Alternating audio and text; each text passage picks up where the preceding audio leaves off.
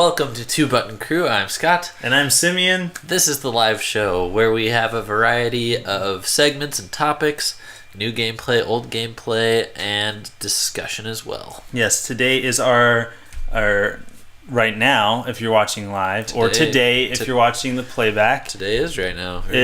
Our feature, and our feature today is talking about making time for gaming as adults and how we do that. Yep. And pitfalls that you can avoid, maybe we haven't figured it out. Okay. So first of all, gaming as an adult is hard. Yes. Doing anything besides working, eating, and sleeping as an adult is hard. And if you have kids, each of those things, even those become hard. Yes. And if you have a dog, right? Yeah, the dog makes it difficult as well, especially if she chews on things or people. Yeah. But I do gotta say that the largest demographic of gamers are people our age. We are in the largest age group for gamers, and older than us. That's interesting. And so I think that that's crazy that so many find time for that. Now, how you define a gamer becomes difficult because you have mobile gaming. But I think even if you're talking about like PC gamers and console gamers, not counting those who are solely mobile gamers, I still think we are in the largest demographic. Okay, we're talking quantity, right? Demographic? Yes. Because I'm guessing that the kids who do play games, even if there are less of those than adults, they're probably playing way longer. Yeah. Yeah, well, I don't know. Eric Hansen in the chat says, step number 1 in gaming as an adult, do not have kids. 2, do not have a girlfriend. 3, buy a pizza. And 4, enjoy. Hey, at least I can do one of those things. Not have a girlfriend because I'm married. I don't not having kids, buying a pizza, man, that's difficult. Enjoying it is even more difficult. No, now, making time for gaming, it's about priorities, and being adult is about priorities, and it is difficult because you do have work, probably. Some of you guys might not have work, or you have some other thing going on. School, jail. You might be watching this from jail. You know what? Peace to my homies in jail, right? That are watching this. Do they have YouTube in jail? I've never been. I know people who have been. Maybe I'll ask them. If you have jail, use your one phone call to reach us. Yes, call our number. But yeah, you have life to deal with. But you have to ask yourself the question: when can I carve out a regular time?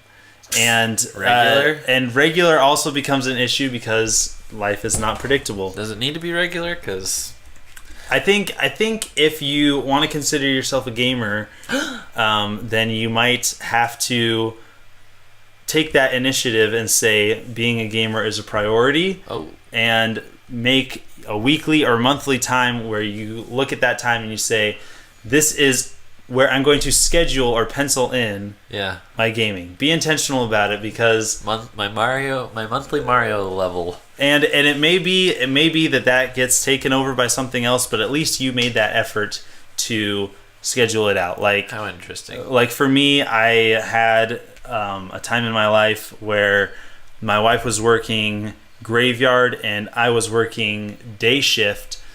Or there were some days that I wouldn't work and we'd both work graveyard, and when we'd sleep during the day, and when she was at work, I was at home playing my video games, and that just worked. Now I'm having this difficulty of playing games and finding the precise time for it. MacTX says jail and internet seem like a bad combination. I know, but I've heard of like internet dating for people in jail. Have you seen this? I've seen it on like Nightline and stuff. Like, this murderer is in jail, but he has a sweetheart that he's emailing. He met online through my boyfriend's in jail.com or whatever. Jailbook. Yeah, Jailbook or whatever it's called. So I know that there's some access to internet, but I don't know how restricted it is. That's what I'm curious about. Sparkling Cyanide says I work a lot, so he doesn't always have energy when he gets home. Energy is another one. That's definitely a factor as well. I have found that the Switch is super helpful for making time for gaming as an adult, because I can't say that I have regular game playing time, except for at work. When my boss thinks I'm doing projects, on lunch break and, the short little breaks, I do play Switch. Other than that, it's like, I'm never going to choose video games over my wife, but, like, we do stuff together, we get ready for bed together, we go to bed at the same time, but she does take a lot longer to get ready for bed than me, so that's usually some Switch time. So the Switch makes that easier. The Switch is like a little wedge you can just penetrate things with. You know what? When you were talking about that, it made me miss my job at the grocery store. And I very, very rarely say that. But when I'm now working at the restaurant, it's difficult to find like a break time. Yeah. Or like, a time to get away, because usually if it's break time, all the other people go out and smoke, and it's like, well, I can go out and sniff their smoke, or I can stay inside and just stand next to the door. Like, I'm not going to sit there. I don't have a Switch, so I could sit there with my 3DS. Yeah, you could. But at the grocery store, we had a break area where I could sit down and play Smash Bros. On 3DS. All right. But what I was going to say is, since I do have a wife, every once in a while, she will want to play video games with me, and there are certain video games that we play together. Like yesterday, we played Kirby's Avalanche, which I've talked about playing with her before. Yep. On the show, and it was a lot of fun. She actually ended up winning more matches than I did. That's awesome. She beat me. So you have a great point right here, and that is when it can be turned into something social. Yes. It is much enhanced. It is something that actually belongs on the calendar then. If it's like, wife, we are having these friends over to play this party game, it can easily go on for a long time, and everybody has a good time. So. Or like a tournament. If you can find a tournament in a game that you like, or if there's not a tournament in a game you like a game, and then find, if people are making tournaments for a game you don't like, just change your opinion, just like that. You entered a tournament for a game you'd never played, and you won it. Yes. Well, I played it like just barely. Oh, never. But never in depth or competitively. I played it with my brother once. Dive kick.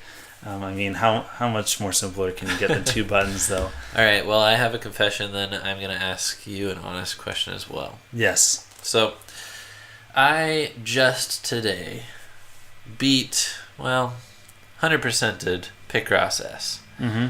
I invested/wasted 35 hours of my life into Picross S. Okay. And I wrote about it as well. So I'm going to publish this on the Two Button Crew blog. I actually have this whole series of posts. They're like miniature blogs. They're not our full weekly blog, but they're called Scott's Thoughts, and I have like... I like that name. I think that's a genius name. Thank you. I wasn't laughing because I thought it was how foolish. No, I actually like that idea. It just makes me chuckle. Thank you. So I have like 20 of them pre-written, so they're just going to be going up day after day for a while. So I'll go more in depth, but I think that I played Picross way too much out of compulsion because I wanted a little medal on each page of puzzles for getting 100%, and that was using my adult gaming time unwisely because I felt like I need to 100% this game before I could move on to something else I enjoy more. That's a lie. I think part of gaming as an adult is being smart, being wise, and realizing when you're not enjoying and being able to move on. Just like you might not, finish an entire restaurant meal if it's tasting bad to you. It's like, you don't have to... Just because you spent money doesn't mean you have to get to the very, very end. And that's so true. And I just recently talked about in a blog not being controlled by your things. And so if a thing is saying, 100% complete me before Yep. before you move on, then it's time to look at that thing and say, you know what? I don't have to. If you find it enjoyable, if you want to find all 900 Korok seeds and you find that enjoyable, by all means. But if that is bothering you, look at that Breath of the Wild cartridge and say, you do not own me. Yes. I own you. I bought you with my money, and I am saying no to you. Say no to things. Okay. Say no to possessions. I appreciate that. Become a monk. This is what I'm trying to say. Say no to all possessions. And no, obviously I'm not saying that. So, my honest question for you regarding making time for gaming as an adult. Yes. We had a Metroid Samus Returns podcast coming up. Yes. You started playing it about 3 weeks ago. You got an hour and a half in. So my question is, what happened? What happened is life happened, and I have had like almost no time for gaming. I knew it. And so another thing happened too. Is you dumped like 20 games on me in 1 week. Did I? Yes, you did. You came over to my house and you downloaded like 20 games onto my console, which is I thank you for. Oh, sure. And then you're like, here's this new game, and I'm like, well, okay, I guess I have to play this new game, but you also gave me these other 20 games to check out on my 3DS and Wii U. So I have so much. I'm enjoying Runbow when I can find a friend to play it with me, and once again, that's a social thing, so it's not taking up my normal gaming time, and it's just the rest of life. So I'm like an hour and a half into Samus Returns, and I'm loving it. Well, I just haven't had the time. Of course you're loving it because it's Metroid. Yes. So I think if you could be playing it, you would. I would. So part of this episode must be that sometimes it's out of your control, and sometimes it is. Because it's not number one priority. Yeah, and I do want to say that is, like I said, as a gamer, you have to make gaming a priority, but don't make it your number one priority. If you're, a gamer, it's going to be somewhat of a priority somewhere on your list. Right. But don't ruin your life because you have to play video games. Don't say, I have a college test tomorrow and it's a final, but I need to find those Korok seeds. Yeah. Don't do that to yourself. Get some sleep. Video games are a great reward. I think that oftentimes their best place is at the end of a day, where you can tell yourself, I am going to sit down and enjoy this game as soon as I take out the garbage, scoop my cat litter, do the dishes, and then I have something to look forward to. Because if you start with the game, you're not going to want to stop the game. And then it's going to make you anxious because you have that eating in your mind I want to play this game. Right. But I got all this stuff I gotta do. Yep. Oh, been there. That's the thing. So, did we cover it? I think we've covered it. Gaming as adults. Impossible. Yeah, it's not something you completely talk about and talk to death. Join the discussion in the comments. I don't think that's our call. Oh, no, it's not our call to action. See what? I see our call to action. You do. Yes, I do. Thanks for watching. Thanks for being a part of the crew. Don't forget to like this video if you are watching it back. Thank you guys so much for joining us, whether you're joining us live or watching it back during the week. Thank you for becoming part of the crew. You're the best. Have a great day. We'll see you later. Signing off.